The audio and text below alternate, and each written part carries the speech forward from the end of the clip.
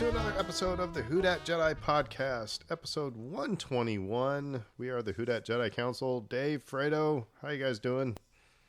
Doing well. Yeah, doing good. Yeah, it's hot. It's hot and muggy in New Orleans, but it's better than cold. So Somehow it's hotter in the Midwest than it's down here. Well, it usually is, right? Like once you hit a certain point, it just Rains. gets yeah. Here, the rain and the Gulf, it tends to sort of top out eventually. Yeah, the interesting thing though, and Dave, you're from Kansas, so you know that there's this misnomer that the Midwest is not humid, and the thing is that humidity will get up around 100% in Nebraska, Kansas, because of irrigation, because farmers are, they're watering so much that it creates this moisture dome.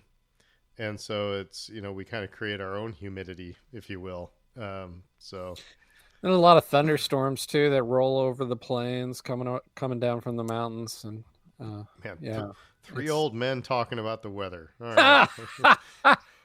This is elite podcasting material. I know, right? But the Saints are in mini camp, so but no Michael Thomas. Did Michael Thomas lose an ankle or something? He's not practicing yet, so this is just all weird. They now have a backup plan in place, though, at least. So even if he can't go, you've got a couple of guys that are NFL quality. Yeah. So at least there's that, right? Yeah. Yeah. I mean, I'm one of those. I was never a fan of Ted Ginn Jr. He made me sad more than he made me happy. Emmanuel Sanders was also kind of a wah, wah, wah, wah, wah. I mean, I think we all thought he was just going to be the dual threat that never was. He racked up a lot of stats, but was never Showtime, I suppose. I don't know. So, pardon me if I'm guarded on Jarvis Landry, and so a lot of people have been talking about selling. The Saints should go into fire sale mode. The national guys are saying this kind of thing, and it's really irritating because selling the franchise. I mean. No, I mean selling off their assets because, they're not going to win the Super Bowl. I got you. And I just feel like they have too much mature talent on this roster. Oh yeah, they're and especially with the defense. I mean, you just need an offense that is respectable, and we can go places. So anyway, no, I just want to know what the heck did he have an ankle replacement or what? It's just... All I know is I'm not going to be worried until training camp day one happens and he's not there. Yeah. At this point right now, all of this is voluntary. All of this is optional. He's not a rookie. He's not a young player. We know what he can do. If he doesn't turn up for training camp, panic stations then. Yeah. Until then, this is the dead of summer. And and camp is camp. I mean, get healed. You know how to catch a ball. It's all good. Yeah. Anyway, you didn't come here to listen about football either. We are going to be talking about Obi-Wan Kenobi, episode 4. Yeah, we're a couple days behind, but it gives us a couple days to kind of digest what's been going on. And there was an interesting theory that has been going out there, or an observation maybe. I saw it on Screen Crush. They referenced it, and they said each episode so far has mirrored its corresponding episode from the Skywalker saga. So was it episode 1? It was mainly on a desert planet, and there was the kidnapping of a princess. Episode 2 was some political intrigue and on a kind of a seedy underbelly. They had the underbelly. Yeah, the Coruscant versus whatever the name of the planet was from episode 2. Episode 3, what happened in episode 3? Oh, we had a Vader and Obi-Wan showdown, and one of the heroes gets burned, and And then episode 4, as we will talk about, was very much a New Hope-ish with even to the point with, I mean, some shots that were like the exact same, like the comlink sitting on the counter, the close-up. I remember we watched that and Britt said, "Oh, I've seen that before," so, and it wasn't a criticism, it was cool. And Obi-Wan, using the Force to distract stormtroopers and sneaking around an Imperial facility. So, what do you guys think of that theory? Is that got some merit, or is it kind of is it matrixing? I think it holds. I think it'll. Do you think it's intentional, or do you think it was subconscious? I don't know. I think it's intentional. And the proof will be in the pudding with episode 5 if they're on some kind of like snow planet or something. Well, I think what I think is more likely is I think we're going to get another Obi-Wan and well, actually no, I take it back. I think what's more likely is I think this is going to be the episode where Obi-Wan actually communes with Qui-Gon. Because so it kind of mirrors the Dagobah thing where he's going to he's going to have his tree moment, where he's going to have to confront something. He's going to have maybe some interaction with Yoda. So I think it's going to mirror Empire that way, because then the last episode is going to be the Return of the Jedi episode. I also think the title Empire Strikes Back could come into play, right? Like where the Empire is actually putting its foot down. They find Jabin and they start firebombing it. Yeah. Yeah. So it may not, we may not see literal snow, but it'll be very much like, oh, the rebel secret base, it's there. We're going to wreck shop now. And so, yeah, I think it's deliberate. I think it's intentional. And I think it's fun. Like if I were given control of a Star Wars series like Deborah Chow was, I'd be like tempted to do something like this. It's like, oh, I'm going to remake the movies of my youth without remaking them. But that's the thing, is that people are also very critical of it because it's back to when The Force Awakens came out, and it's like it's just a rehash. And so I don't know, Fredo, do you think it's a little too on the nose, or do you think it's tastefully done? No, I would fall more on the tastefully done side, because here's the thing: up until this last week, it really wasn't obvious to anybody. Like you were just going along with the story. So unless somebody had pointed it out, kind of like we are right now, nobody really would have considered it as a major case. It's not like they're following George's edict of it not repeating but rhyming. So it feels similar. It's not the same. Uh, I could see where some people might have some issue with it, but people have all sorts of issues. I think I'm more comfortable with the way the story's being told, and it's a neat trick. It's an interesting mechanism for telling this story, but ultimately the crux of it has to be Obi-Wan, Leia, Vader, Riva, those relationships. Because if we're not into that, then no amount of cute winks and nods to the audiences is going to work.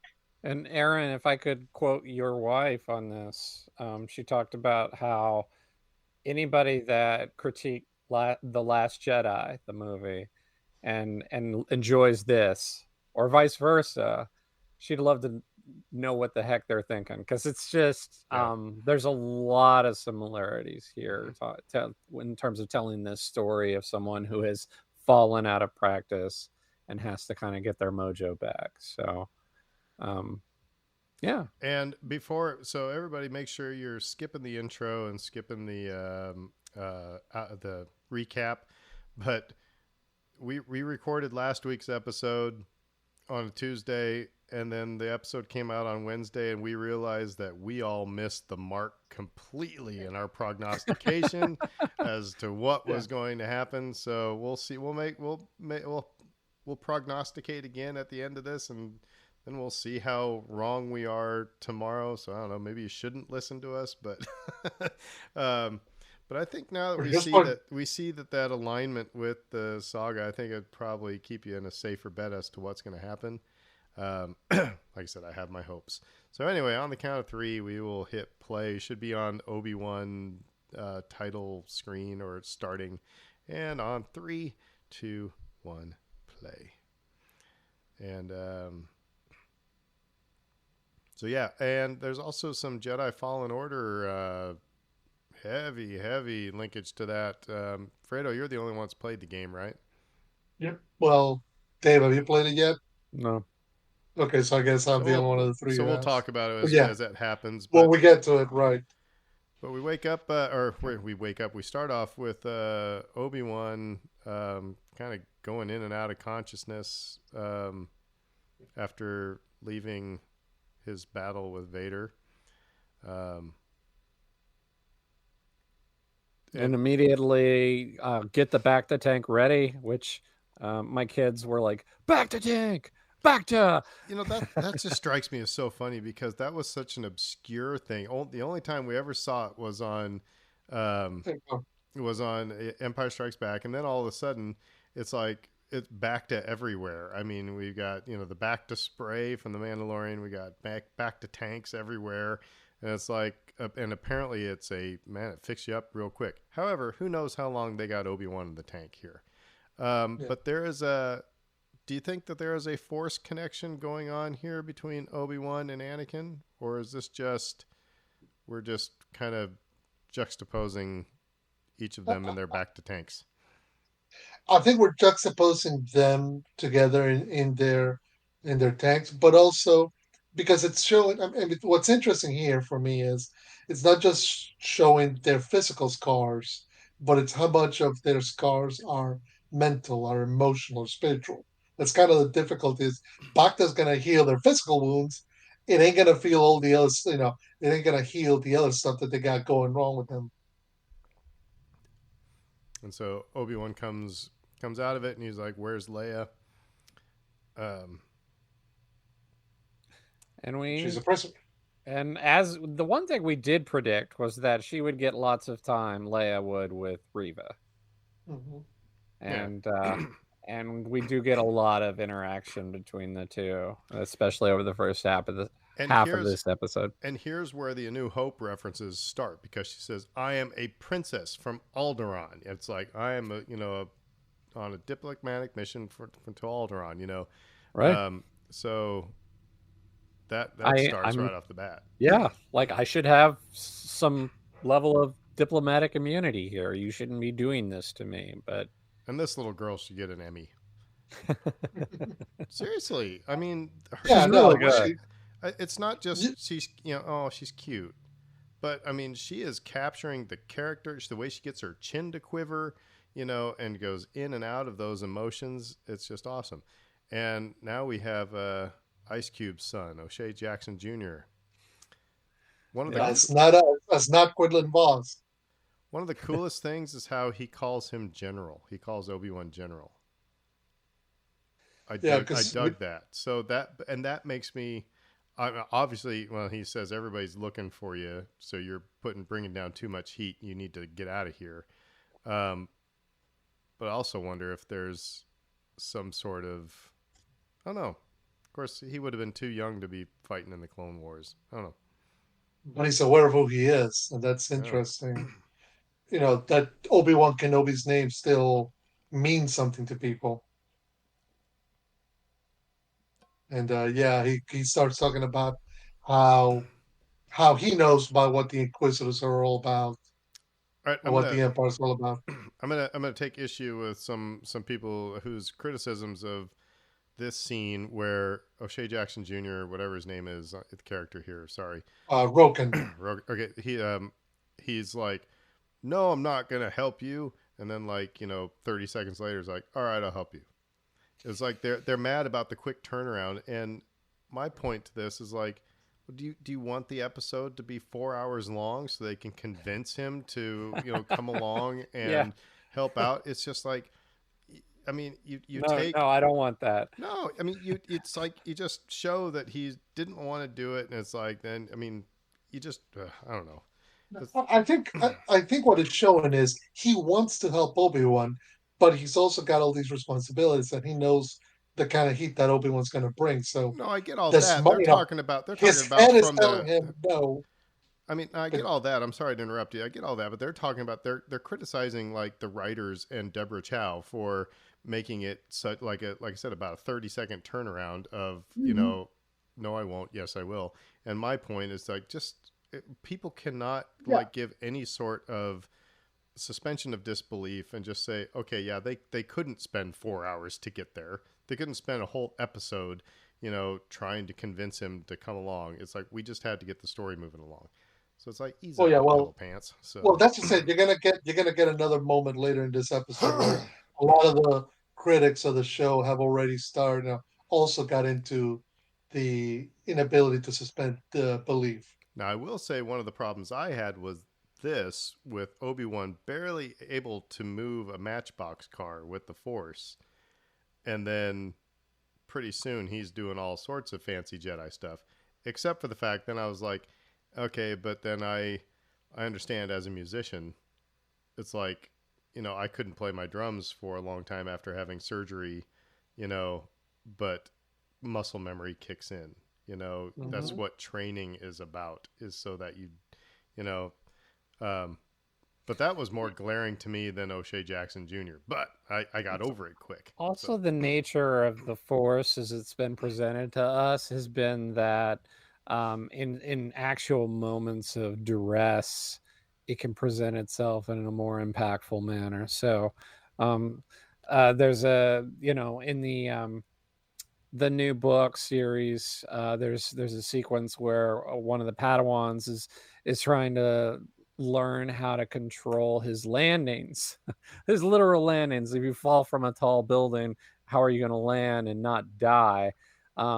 And like the only way for his master to train him with this was to actually like throw him off of tall buildings and things.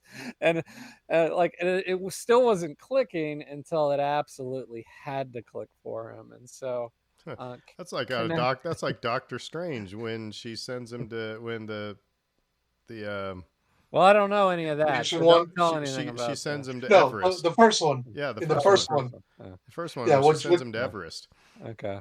Oh yeah, exactly. She sends him to Everest, and it's like, well, you either die or you figure it out. I also want to say here that Reva is a good villain. Yeah, just a good Star Wars villain. I mean, sorry, but I mean, better than Kylo Ren. Well, I mean, like that'll get some talking going. I've enjoyed her. And again, I hate that the whole thing is tainted. Yeah. Like you got these idiots that will reject her just based on her gender and race, and then now like you can't have an actual discussion about the performance. And like honestly, not like in a defend mode. I think she's been great. I thought she's been, like, I get everything that she's done. It's like, okay, yeah, she's like kind of, we've talked about how it's personal for her. Mm-hmm. We've talked about how like she's sort of teetering on the edge of losing her crap at any given moment. And you'll see that manifest here again shortly with Leia, which is just like great, where she's like kind of like balling her fist almost like I'm gonna punch you in the face. Punch the little kid in the face. Yeah. I also want to say, okay, so we got Tala, who's breaking into Fortress Inquisitorius. Another criticism is from people is how easy it is to break into and out of places like this. And here's my counter argument: this is pre Star Wars 9/11. Yeah. It's like, oh well, yeah. The Empire was, let's think about it. It was a little bit more difficult for the rebels to move around and get into the second Death Star than it was to get into and out of the first Death Star. Mm-hmm. So like I said, this is pre Empire 9/11. So it would make, and I remember actually my brother's college or law school graduation. My stepdad ended up on the stage taking pictures. Julian Bond is speaking and my stepdad is sitting there like 5 feet away taking pictures. And he just afterwards is like, you just got to pretend like you belong. Mm-hmm. And how many of us have ever done that in a place? It's like, I just belong here. Now, post 9/11, you're not going to do that all that much, So again, that's what I'll say to naysayers on this one. So two things. And one of the interesting aspects is, and Tyler just gave us a good example of it, is within the empire, the way that it's been portrayed, it's that it's a bureaucracy, and in a bureaucracy, the person who has a higher rank is quick to shut down the person of a lower rank. If you're a lieutenant, you don't question the captain. If you're a captain, you question the general, or the admiral. If you're the admiral, or the general, you don't question Darth Vader. Not because you don't want to, but because if you do, you get your head chopped off.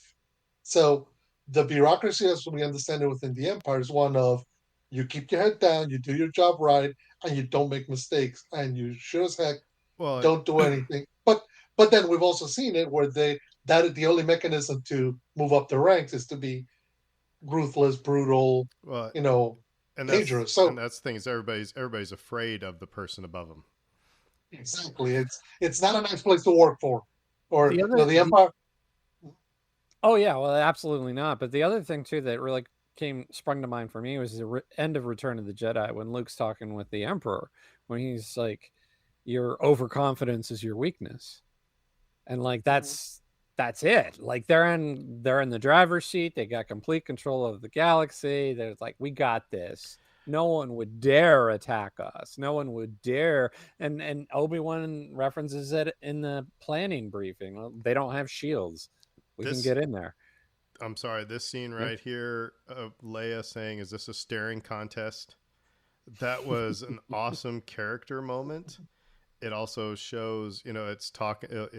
It goes back to her resistance to the mind probe is considerable. Mm-hmm. Um, but again, she doesn't know that she quote unquote has the Force or that she's using the Force. I don't know. Do you think Reva recognizes that she's using the Force, or do you think it's just like Darth Vader? Her resistance to the mind probe is considerable. She's just strong. I think there's some understanding that because if they suspected anything more regarding force connections, there's no way that they would allow her to eventually go back to Alderaan. We know she's got to go back to Yeah. Alderaan. Yeah. But at the same time, I still think that Riva and the Inquisitor see somebody like Leia as a means to an end. She's not the target. She's not the goal. The goal is Obi-Wan. So she's trying to figure out some kind of way to get her to give him, to get information to get where's Obi-Wan, and that's it. Yeah, she's By the way, not she's not looking to get her like figure out if she's force sensitive in that moment. She's trying to get Obi-Wan and draw Right. him out. And more to the point, like what you're saying, I think it's very much Leia has this ability, but it's not necessarily tied uh, in with one's force ability because it's the same thing with the mind trick, where if you can't do a mind trick on someone like Watto, you don't immediately think, oh well, he's very force sensitive and he's Well, going to be a Jedi someday. here's the deal. We talked about the posters last week, and this Yeah. just popped in my head now. Everybody in this series is it has tunnel vision. Yeah. Riva is only focused on Obi-Wan, so she's missing things around her. The fifth brother later on, when they walk, they're sneaking out and they walk right by the Inquisitors because they're only focused on Riva's screw up, and and Vader is only focused on Obi-Wan, so he's missing things. Um, so that's kind of interesting. Um, by the way, before we proceed, because we've seen Obi-Wan breaking into Fortress Inquisitoris, I'll just bring the Jedi Fallen Order comparison, because much in the same way as Obi-Wan broke in by swimming mhm. and finding an access port or having a door lock, that's much the same way in which Cal Kestis and Jedi Fallen Order breaks in. It's swimming from underneath, finding a spot, you know, and being lost in the maze, because one of the dynamics that they establish about this place is that it's a maze that nobody really knows and nobody comes out of. And that's the thing. I remember when the Star Trek movie, J.J. Abrams' Star Trek movie came out. And I was never a Star Trek fan. I was never against Star Trek, but I was never a Star Trek fan. But my sister-in-law really was. And I asked, I said, how's the movie? She said, well, she said, it's she said, it's made in such a way that if you have just that high level appreciation for Star Trek, you're really going to enjoy it. And if you're a big Star Trek nerd, there's enough stuff buried in it that you're going to really dig that as well. And that's what's going on here. You don't have to play Fallen Order to appreciate what's going on here. But if you've played the game, then you're going like, it's kind of like Peter Griffin going, the chicken's Boba Fett, that type, or he said the thing. So they're putting things in there for depending on that, and it's also giving a little bit more credence to the video game. Well, then we know, because the game took place 5 years before this on the timeline. So it would make sense that their defenses would be just a little bit stronger, but maybe not strong enough because they think, oh, that was a one off. Nobody would be stupid enough to do this again. Whereas we're seeing now that, Obi-Wan is desperate enough to try this move. Love that Leia is trying to play Reva here. Mm-hmm. So I just have to tell my dad, that's okay. You said we're all on the same side, right? Just caught her big time. And that's when you said Reva wants to punch her in the face. And, yeah. I loved that so much the first time I watched it. And it doesn't diminish in its quality with repeated viewings because it's so Leia, right? She's the smartest person in the room, pretty much always, and this just reflects that. All right, so we're gonna have to pause here and really focus on what Obi-Wan stumbles onto right now, because I wasn't really anticipating this. But I guess if you played the video game, Fredo, you probably knew it was coming a little bit, or not so much? Not this.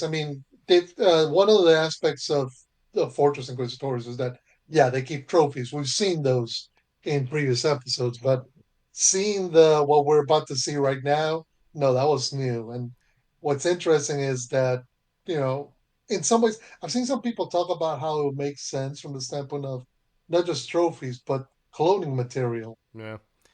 And how maybe the loss of Fortress Inquisition, of all these Jedi and whatnot, and all these captured Force users may be part of the reason why somebody like Grogu is of such high demand years later.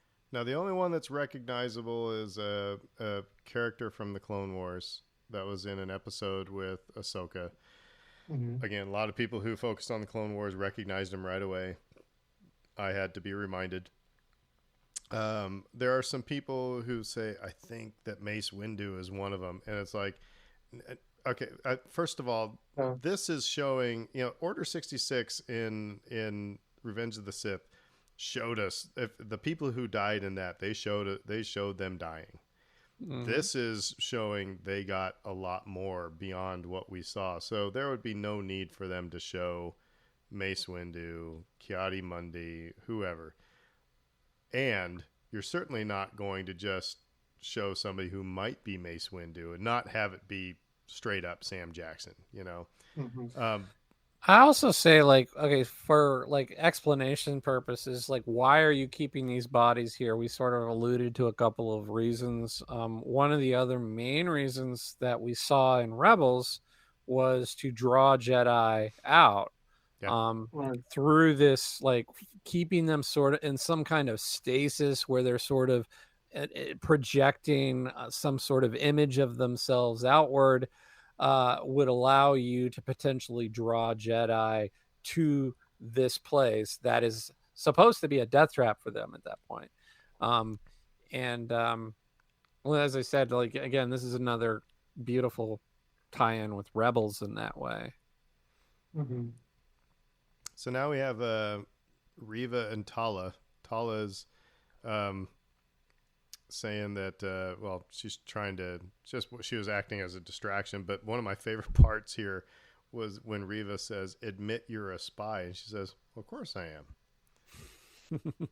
And, it's interesting because this is also that from a certain point of view type of thing. So Reva's, obviously, she uses the mind reading type of power, and so she's so Tala's kind of blocking her because for the most part she's telling the truth.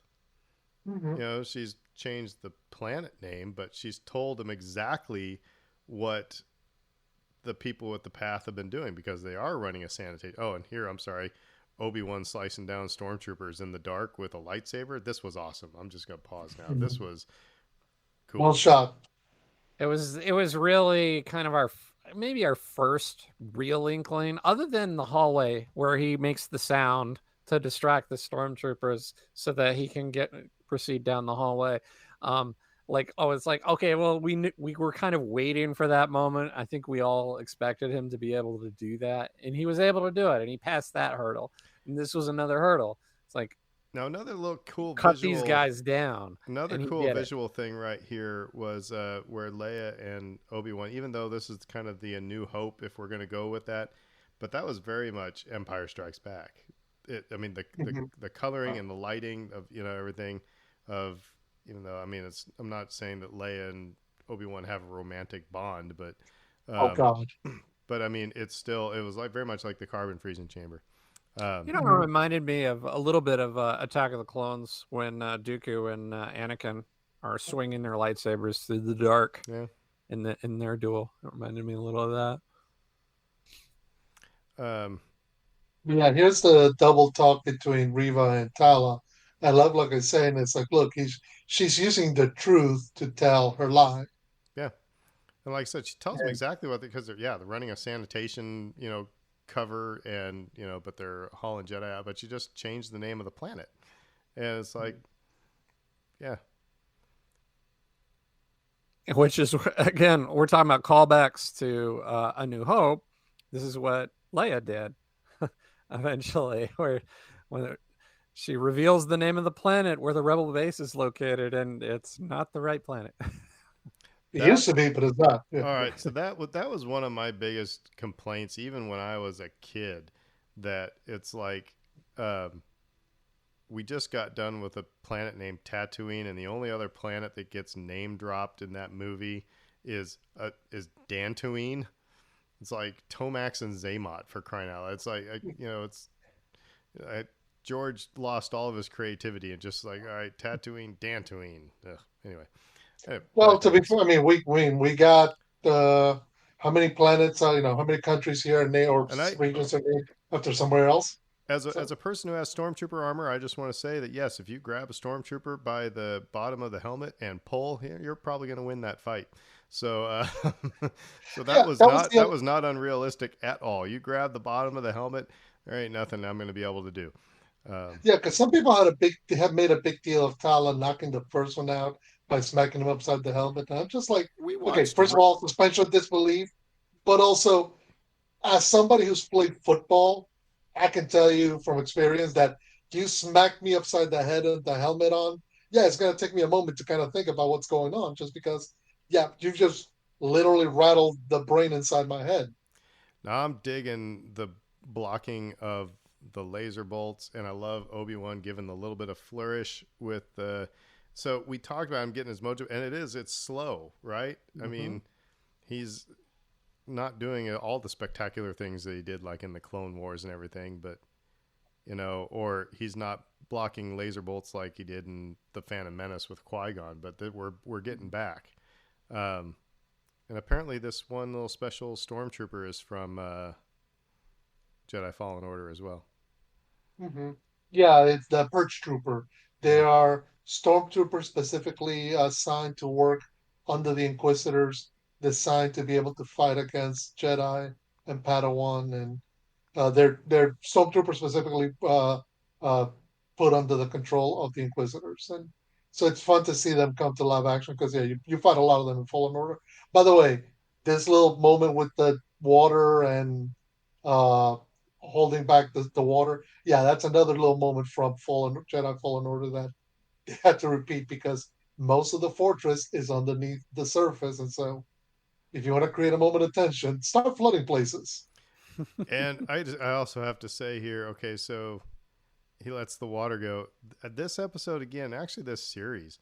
First of all, we should be saying that this episode's called, snapping necks and collecting checks, because we've seen a stormtrooper thrown into a pool after he got his neck snapped. Now we've got drowning stormtroopers floating. There's some it's one of those things where it's not gory because they're in armor, so you're not seeing anything, but it's still enough to, I don't know, they're going places where Star Wars hasn't gone, but I'm not against it.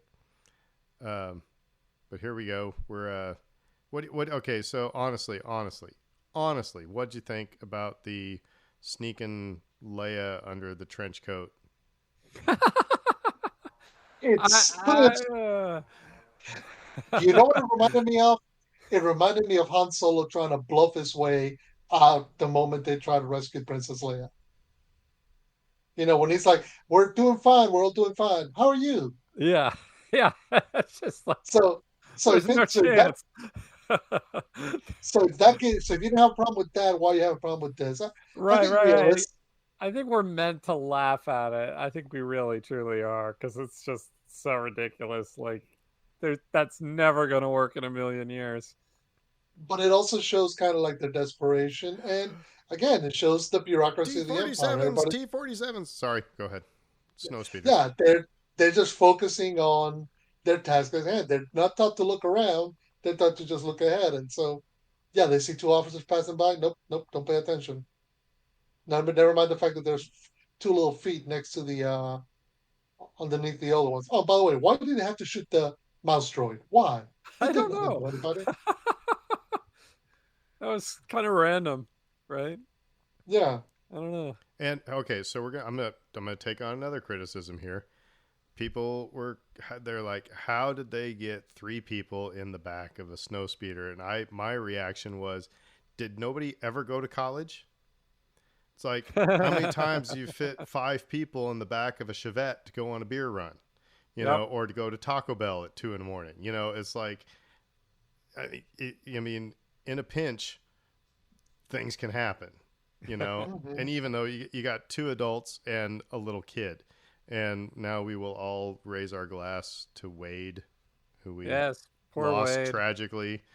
Pour one up Probably, for Wade. probably actually the first casualty in the rebellion. Possibly so. I mean, Well, who is the kid who died in the Boston Massacre? Atticus, what's his name? Anyway, other than the Jedi that have been hunted down previously, like you might be able to make an argument with some of those people, but on screen, you have the guy that got strung up in the first episode. it's Crispus But Attucks. Sorry, it's Crispus Attucks. He Mhm. was basically the first person to die in the American Revolution. Anyway, um, So you can make an argument either the Jedi on the run who got strung up, or Wade, probably. yeah, but Wade was one of the first who was just kind of he was the reluctant, Yeah, he but was anyway. less of a. He was not a special case. Like a Jedi is kind of a special case, And right? Vader storming down the hall, I'm all for that too. Yep. Very, very Hayden Christensen looking, like with throwing out the hand, And and taking 3 steps forward in her face. I mean, yeah, yeah, What I and love, yeah. Go ahead. he gets the idea here from her, um, and they do that. I love that when they do it. I can't resist that when they do that. When they get an idea, you see the gestation of an idea that they use later on in the original trilogy, and when you hear it's Vader getting the idea to track the ship back to the Rebel base, which he of course uses in A New Hope when Tarkin says, we're taking an awful risk, Vader. This had better Which is work." also, which is also funny because Princess Leia was also being tracked in that ship also, and and by that point she knows. her reaction is like, "Come on, we're being tracked." And she So knows, she yeah, knows. exactly right. Yeah. Yeah. They're both familiar with that move, and one of them's using it and the other one's aware of it. So Yeah, and I know in a weird way I appreciated that moment. I think you kind of needed that moment between Vader and Riva, not only because yes, Vader's going to be all upset and whatnot with what happened. I mean, he's literally next door because Mustafar's next door to Nur. But also just from the standpoint of upping the stakes in the dynamics within the Inquisitors. Like if Riva or the fifth brother had no understanding of what the stakes are now for them, they now know that if they fail to bring Obi-Wan in, it's their heads. This moment here where Leia takes Obi-Wan's hand, Mm-hmm. you know, it's she's accomplishing what Bale tried to accomplish, in that it's ringing in his head that it's more than just about Luke. Mm-hmm. But it's also getting him to care about something again, because he didn't care about anything. Yeah, And then, of it's course, weird. we pan Yeah, down and we see that Lola Lola. has a red eye. I love that part. Lola's eye was always blue, and now it's red. So we know it's evil Lola. Um, It is evil Lola. It I is got evil Lola. I gotta I tell was you, baffled at first when she's like, I put a tracker on them. We're going to find them. And I was like, where? How? When? I couldn't figure that out. And then, then that we, I gotta tell you, I mean, I of the podcasts that I listen to, two, every single one of them was like, of the 4 episodes, this is my least favorite episode, and I'm not there. I loved this episode, and watching Yeah. it again just now, it's like because of all those character moments that we got, and you saw Obi-Wan's growth, and you saw, like I said, Mm-hmm. the little girl playing Leia was just knocking it out of the park. Riva is a great villain. Um, I don't mind the A New Hope, not yeah, just it's my favorite references, movie of but all time. I mean, it's it. So Well, by the way, just to kind of not brush off, because I think you made a good point there, and about how that's my that one. moment is explaining about how Obi-Wan's connected with people. Because there's something to be said about how Obi-Wan had seen even the dynamic with him guarding Luke as almost like a burden, like a sacrifice he was having to do. He didn't see Luke. I mean, he bought that's a toy for Luke, but there wasn't really anything, any kind of relationship. This may have been more along the lines of like, this is the cross I must bear because it's the only thing I got left in my universe. But that relationship with Leia that he's building, it's allowing him to reconnect with people in a way that's people, in a way that we didn't see him at the start. And I think that's going to be vital, not just in terms of the character going forward, but for the rest of this series, but also just in terms of the characters will come to know him for Rebels, and then later on for episode 4 through 6. All right, because you just mentioned Rebels. I can't remember which one of you I told this to, or maybe here's my this would be really cool to see. Post credit scene after, maybe at the end, probably at the end of the last episode. Obi-Wan, or at some point, Obi-Wan's like at a spaceport, and he's on his way back to Tatooine. He's on a spaceport, and he walks by, and this hooded figure walks by him. It's really crowded, but they walk by each other, and the hooded figure stops, and then it pans around, and it's Maul.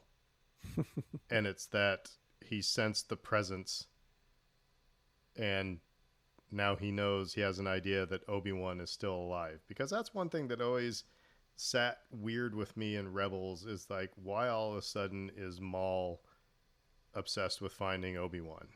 It seems to come out of nowhere. How does he, come to think that he's still alive? I think that would be a neat thing to do. Like I said, a post-credit scene where you just get, like I said, a crowd of people, and maybe they brush by each other, and it's like I said in A New Hope, when Darth Vader says, "A presence I have not felt since," and maybe you have, Sam Witwer even say that line. I sense something, a presence I have not felt since, and that'd be a neat post-credit scene. Anyway. Mm-hmm. I've always found it sort of interesting that this character, and this is part of the reason that maybe that I've been drawn to him for a number of years, is that he always seems to have these people that just hold these grudges against him, and then are just like out for vengeance and blood, and I'm gonna make him pay. And then they are able to fulfill that wish, right? Like they're eventually able to get him in a position where they're able to do that to him. Um, and then he endures and he overcomes and he Yeah, I eventually know, fulfills man. his mission. After Phantom Menace, Maul was just beside himself. Yeah. But Yeah. I don't know. You know, like I said, it's and actually, I was getting my haircut today, and like a kid who's he's not a kid anymore. He's a former student of mine from Nebraska. Cuts my hair now, and he's a big Star Wars fan. And we were talking about Kenobi um, and I can't remember where I was going with it. So never mind. I'll just I digress. I can't remember what the point was I was going to make. That was a good one. Oh well, that's it. you had to get that joke in though. Like it was really important. Inside himself. I'll remember that one. Yeah. So okay, so let's prognosticate a little bit. So let's say that we are, we talked a little bit about it, but if next episode's going to be an Empire episode, what beats are we going to see? Like you said, I think they know where Obi-Wan and Tala and Leia are going because they're being tracked. So there's going to be probably all heck breaking loose. A big old attack. Yeah. But I still think there's got to be a huge portion of the Empire Strikes Back is Luke learning the Force and the mysteries of the Force and confronting things. So I think we're going to get a little Qui-Gon and Yoda conversations. Well, a part of me has been wondering if we won't get, if we might not get Qui-Gon till the very end. Kind of like, if the episodes are mirroring the original six saga, whether the final shot that Luke saw was, the Force Ghost. So maybe that's when he'll see, maybe not get a Force Ghost, so he might hear Qui-Gon's voice in his head. Well, the way all these series have been going is that the last episode is going to be nonstop action from the beginning to the end. It's going to be the final battle. So that's why I think at the end of this next episode, that's when you're going to get probably, because something has got to motivate him to become the Jedi that he needs to be. He's using the Force in this episode, but something's got to remind him, that he is a Jedi. And I think that's going to be Qui-Gon, like I said, or Yoda. Now, I'd be like I said, I'd be kind of torqued if we don't get any of that in this series, because then it's like, oh, that's what I was going to say. Because that's the only thing I could see is that when people talk about, is there going to be a second season? And we talked about this a little bit last week. Unless it's going to be a second season where it's Obi-Wan training, because that's the element that's missing.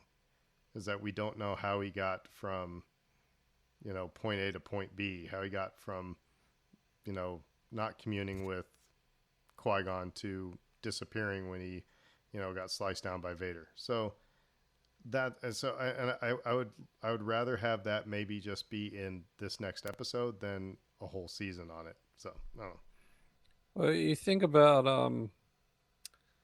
I relate it in my own head back to Avengers Endgame when Thor let himself go and then he became Fat Thor and everyone had a good chuckle about that. But that ended up being like a really interesting choice for that character because then we got to see his struggles to come to terms with his reality and try to begin to come back, take steps back towards becoming the kind of person that he could truly be.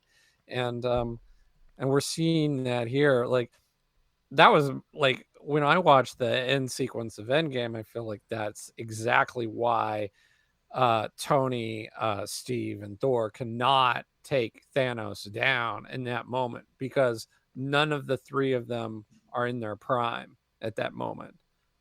They, for varying reasons, have sort of let themselves go. They're not in their A game, and now all of a sudden they're faced with having to beat him again, and they can't do it. And I feel like there's got to be there's some truth in that for this character as well. And then I think like it would be unrealistic for him to face Vader again and then like defeat him somehow. I don't see him being all the way back yet in that way, right? No. I mean, you mentioned it, like he could barely move a matchbox at the beginning of this episode. So that's why I think there's going to be Vader. I mean, I don't think Vader's going to get beat in the last episode. He's going to think I think it's going to end up kind of like his fight with Ahsoka in Rebels, where it's ambiguous. Because let's go to A New Hope. Vader's like, whoa, Obi-Wan's here. So he's not. I mean, but it's so. I think Vader's going to be left with, I don't know if I killed him or not. But you also get the line, when I first met you, I was but the learner. Now I'm the master. So I think Obi-Wan's going to get the better of him, but going to make it seem like, I mean, he's going to, I don't know, it's going to be left ambiguous, to Vader. It's not going to be, I don't think he's going to fly off in a ship and we're going to be left with Vader going, curses, you got away, type of a thing. Well, maybe, I don't know, because like what you said, they probably have to service that line in some way. Yeah. When I left you, I was but the learner. Now I'm the master. Again, he's you can interpret that a number of ways. He's already left him. He's already been on his own for the last decade. But like for him to phrase it in that way, knowing that they've faced each other since that confrontation on Mustafar, I do think like it implies that he thinks Obi-Wan got the better of him in some way. Mm-hmm. And so I think like there needs to be some sort of payoff to that. I would tend to agree with you on that. I also feel like Obi-Wan's not going to like do a backflip and knock him down with the Force and slice his... Actually, I think what it's going to be, I mean, I think actually it's going to be Reva, her redemption arc, stepping in, and it's going to, she's going to be stepping in between and taking on Vader, and then she's going to die. I mean, she's not making it out of this series. I'm not sure about that. There were rumors that she's getting her own series. Well, she can have her own series that happens before this. It could. But what I'm saying, I don't think she's making it past this. But that would kind of make sense. That would give Obi-Wan clearance to get out. And like I said, they're setting her up for that classic Star Wars redemption. You've all screwed me in my life, and and she's made bad choices because of that. Then she's going to realize, no, I'm a Jedi, and what you're doing to Obi-Wan is wrong. And, or actually probably more along the lines of, Anakin, you were supposed to be my master. You were supposed to be this, that, or the other. So I'm ticked off at you. So now I'm going to fight you, type of a deal. I don't know. So it could be a redemptive arc, or just. So I'm not bad. I'm just drawn that way. She could keep being, the mustache twirling villain, but. Yeah, I don't know. In some ways, yeah, it's interesting because on the one hand, we have kind of what we know it happens. We kind of, like I said, the line of, when I left you, I was but the learner. So, I mean, the line states, when I left you, I was but the learner. So it may end up being something where Vader feels like he doesn't need to pursue Obi-Wan. Maybe he thinks, oh, he's got the upper hand for right now. I don't, it's going to be an interesting way. How do they pay that off in such a way that it doesn't feel like a contradiction? Now, that said, Star Wars is full of contradictions. Yeah, and however, now that I think about it, Rebels, there are lines from Darth Vader. He wants to find Kenobi, because they make mention of, to find Jedi, and he said like Kenobi. So yeah, again, I think it's it's left ambiguous as to. I mean, he doesn't think that he's killed Kenobi, but so yeah, it'll be interesting. There's a lot of, but I think they're doing a good job at tying all these things together. Like I said, this is doing a good job at explaining Leia's powers without, retconning a lot of things. Like the fact that she, can remember visions of her mother. We've talked about this. That she has, how she blocks the mind probe, how she blocks Riva. Her empath skills, they're doing a really good job at giving more depth to Leia's character other than just general, It's all very in character. It reinforces what we already know of her. Like you said, without retconning and adding a bunch of new crap that you're going to be like, well, wait, when did she have the ability to learn how to fly or whatever? I mean, eventually you see that. I guess you do see that in Last Jedi, but if we see her fly at some point, I'm gonna be like, wait a minute. Like now, she should be suspicious that she has force powers, and she never is. Even in Return of the Jedi, she's like, I don't have that power. So you really have to like pay that a line off as well. You cannot give her some kind of fantastical thing. And so like, again, like you said, like these are powers that essentially can go unnoticed.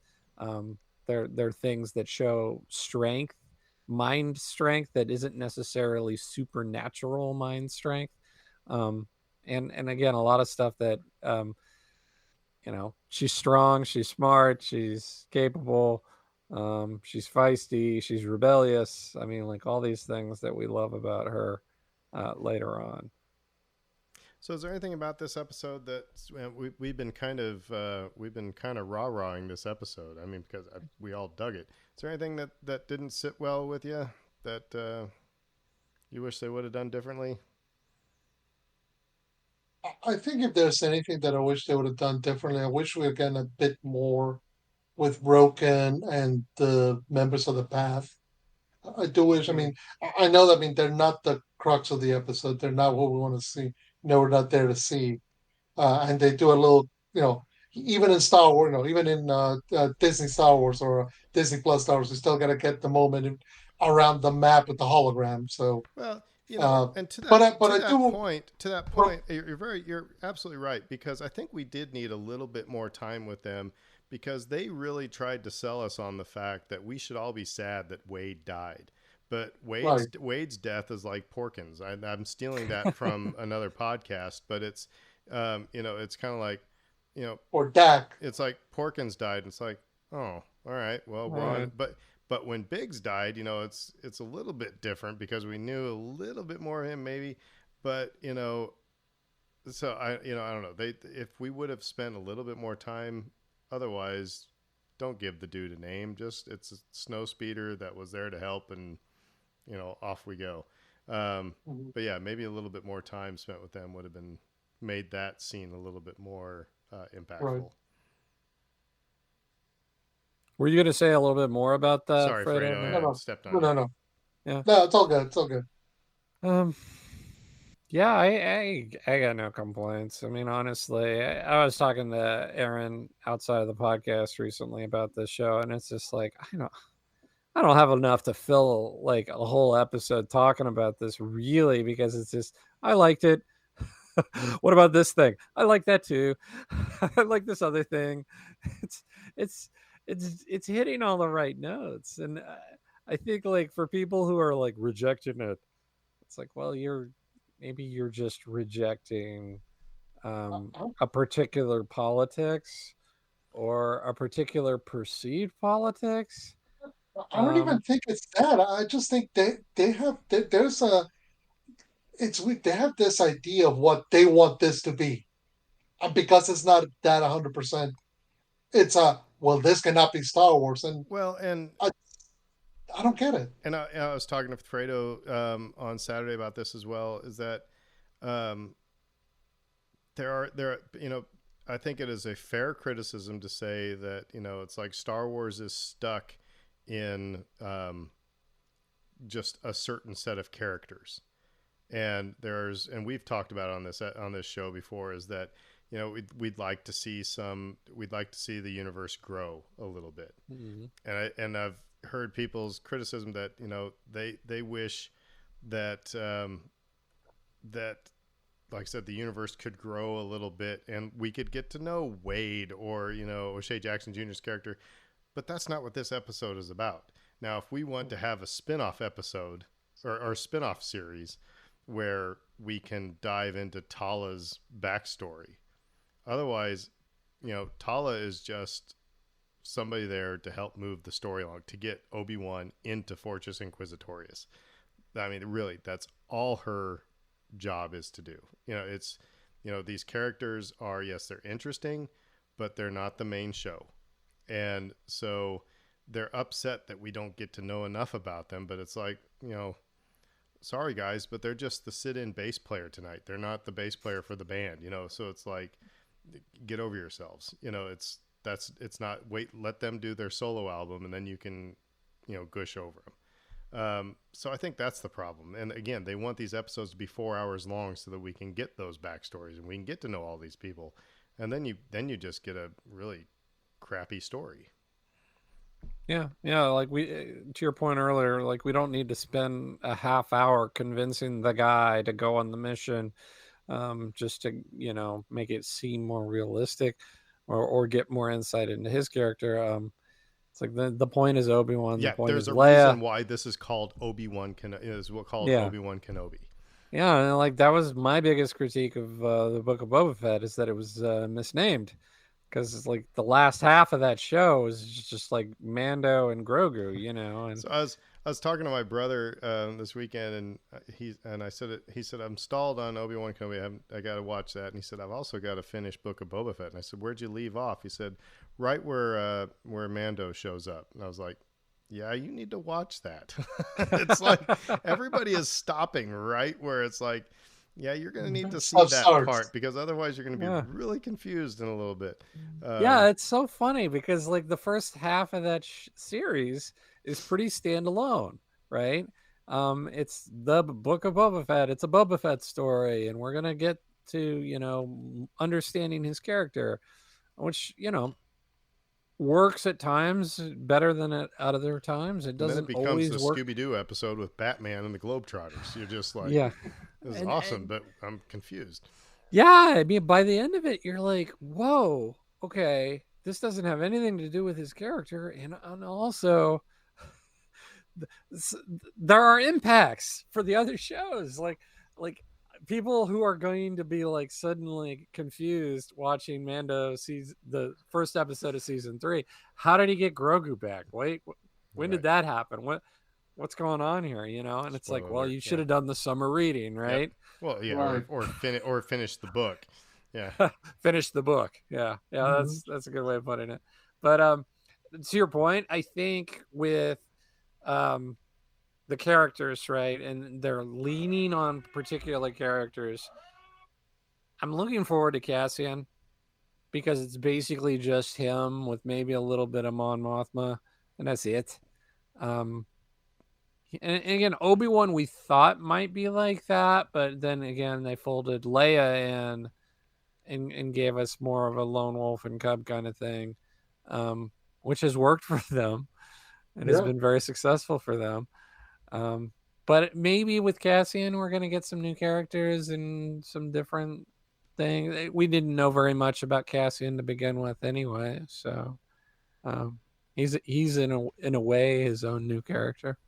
But if you don't want to watch Obi-Wan, don't watch Obi-Wan. Like, it's in the title. It's called Obi-Wan Kenobi. It's about him. You know, it's set between episodes 3 and 4. And you know what's interesting is that if you don't watch Obi-Wan Kenobi, you're not going to miss anything in the overall Star Wars story. Not really. I mean, not yet. You're not going to. I mean, this is one of those things where it's like, I don't know. It's adding a little bit, but it's not like becoming oh my gosh, this is absolutely necessary because Well, it's kind of like I mean, Rogue One has become kind of a necessary um, story, part of the story a little bit, but maybe not so much. Anyway, you're not missing anything if you don't watch it. So It well, reinforces things. mhm. You know, is what I was saying earlier. It's like, all right, I see character traits that I understand about these people, and we're going to reinforce those things, and we're going to show them to you in a different way, and we're going to show them to you. Maybe some of those character traits are challenged, and maybe they go through some growth over the course of the series. But ultimately, it's the same people that you understand and know and love, and that's why you're tuning in. And again, like people who don't get that, I don't understand like why you would tune into this show, learn in episode 1 that Princess Leia is going to be a big part of it, and then not just absolutely adore her Princess Leiaisms for the rest of the series. And it's the same thing with Obi-Wan. I want to see this guy get back on his feet. I want to see him become the Jedi that we know he can be. um well, and that's to the whole friggin' point. continue my illusion, I'll send it to Fredo. It's like it's the Marvel stuff. It's like as much as I didn't want to watch Ant-Man and Wasp, you kind of gotta have to understand. You know what I mean. It's like how did Ant-Man get stuck in a van? What's going on? There's things in Endgame, and not just Ant-Man and Wasp, but like all the Marvel movies. There's something that if you didn't see this one movie, then it kind of sets you off kilter to try to figure out the overall arc. Fredo, I'll toss it to you. Yeah, actually, I was going to make the comparison too, because on the same Wednesday we got this episode, Ms. Marvel debuted on Disney Plus, and a lot of the people who had the similar reaction, negative reaction to Obi-Wan Kenobi, had a negative reaction to Ms. Marvel, which, by the way, delightful show, wonderful show. If you like teen dramas, teen comedies, it's a Marvel teen comedy, and I'm like, perfect. That's exactly who this character is. But it goes to one of the things that I think Marvel is doing now. They're recognizing we can, the first decade was just, movies starring big, brawny white guys. And that's what we got. We got Thor, we got Captain America, we got Iron Man, we got Guardians with Star Lord in the middle, And as the phases have gone along, they've branched out, they've given us different characters with different stories. I'm hoping that at some point Star Wars does that, because here's one of the things. If you don't like Miss Marvel, if you feel Miss Marvel as a Marvel teen comedy drama show focusing on a Pakistani American teenage girl, it's not for you. Guess what? Nobody's putting a gun to your head saying you must watch this. You don't have to be a completist. Marvel Comics puts out something like 200 comics every month. You don't have to read every single one to understand the story that's happening with Spider-Man or the story that's happening with Captain America or whatever. I hope that at some point Star Wars gets to a point where if you don't want to watch the Obi-Wan Kenobi or you don't want to watch Andor, feel free. Check out. You like The Mandalorian? Well, The Mandalorian is coming back in February. You'll get your fix of what the kind of Star Wars that you like at that point. But I feel that so many of the fandom of the fan base are just getting so hung up on this show because they see it as another piece within the holy canon, quote unquote, and they want it all to fit perfectly the way that they picture it. And the fact of the matter is even from the very onset, stuff has contradicted itself. Stuff has not Mm-hmm. fit perfectly, and that's fine. That's part of the beauty of it. But also, if you feel that something's not, like if Book of Boba Fett was not your jam, cool, check out. Go see something that you're interested in, and that's totally fine. You don't need watching or not watching Rebels or Resistance or the sequel trilogy or any of these shows makes you more or less a Star Wars fan. It just means that was not something that interests you at the point. You may come back to it at a later date. The flaws to what you're saying, sometimes the flaws are part of the beauty of the thing. And it's Mhm. like these little differences that we call flaws, or these hang-ups or these issues. This goes back to the very beginning. The stormtrooper hitting his head on the door. Like I adore that moment. I look for it every time. If I've got Star Wars on in the background, I'm working or whatever, I'm not Yep. paying any attention. I'll pause what I'm doing because if I know that moment's coming up, just so I can watch that moment. By the way, something kind of funny happened. In it when I did it, I was like, I'll be danged, I do this. So this weekend is like, was TNT Star Wars marathon, and Empire Strikes Back comes on, and I watch the opening, and then once I see Luke on the Tauntaun, I switch channels. And I came back to it when it was like time for the battle, because again I had that conscious thing of, God, this movie starts so slow, and it's just like I switched to something else until it was time to battle AT-ATs. Well, to your point, to that point, like, we don't have to like it all, right? No. And that's what Freda was just saying. Yeah. We don't have to like it all. There's certain things that rub me the wrong way, even though I'm like Mr. Sunshine over here talking about how much I love this stuff. It's like, yeah, I don't love it all. There's things that I'm like, I hate that. But it's like, I don't get criticism of this show because, like, they're delivering exactly what they promised. Maybe in your headcanon you thought it was going to be Luke and not Leia. I don't know what to tell you about that. Like, honestly, so I didn't think it would be either of them. I thought it was going to be him.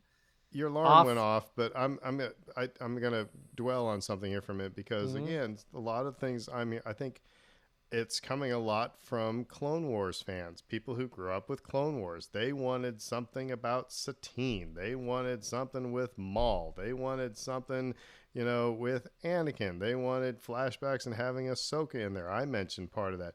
But they wanted all these things that were Clone Wars based, and guess what? We're not getting anything that's Clone Wars based. Because we had 7 seasons of it. Yeah. So, they wanted all that, and that's not, I mean, I can hear them talk about it on their podcasts and on on their YouTube channels and everything, and they're not getting that, and so they're torqued, but I'll give them like one little nugget that I loved was seeing the clone trooper in that cityscape begging for handouts. Like, lovely callback, basically perfect in my mind, because it's like, yes, the clones were completely abandoned in this, and why don't we ever talk about that? Yeah. And here, at least they've started the conversation by showing it for once. Yeah, and particularly because it's the first time that Obi-Wan has seen that face. Oh yeah, haunting. Since they got shot at by them and hunted by them, so it's an interesting moment. Somebody brought up a point. Do you think the clone trooper recognized Obi-Wan? Yeah, who knows? It was a member of the 501st. So, I mean, it was actually one of Anakin's. But I mean, so where Anakin was, Obi-Wan was not too far behind. Well, he wouldn't necessarily have any motivation to roll over on him at that point, right? So anyway, well, all right. Well, I guess in a couple hours we'll be able to find out exactly what happens in the next episode. I will say this is the first of these series of any of the Marvel or Star Wars Disney Plus series where I don't feel like we're going to have to cram a bunch of crap in at the end. I felt like the pacing and the writing has been like, kept me on the edge of my seat, but I don't feel like, oh man, they're not going to get everything in, or this last episode is just going to be a total mess. So I feel pretty good about that. Yeah, no, and it's one of the interesting aspects of making the show when first of all, that it's all one season, it's all one director. It allows for that. Whereas I think some ways, despite the quality of the direction for shows like Boba Fett or The Mandalorian, sometimes you do get that sense of, okay, this week was a bit slower, or this was the Frog Lady episode. versus this is the episode where everything happens, and we could spend 3 hours talking about it. So I think this one they're doing a good job of pacing, even though once again the episodes are not the equal length. This episode felt like it told a whole story of its chapter, a whole chapter of its story. Cool. Well, I guess with that, we will, I think, call it good. Let us know what you're thinking about Obi-Wan on Twitter or on Facebook. Hit us up. And I guess next week we'll be talking about episode 5, and we'll see if there are any. Now it's all matrixing, right? We're going to find every little Empire reference because now talking about it. We're looking for them. So anyway, but I guess until then we will say who dat? Who dat? Who dat? And everybody have a great week. McConkey.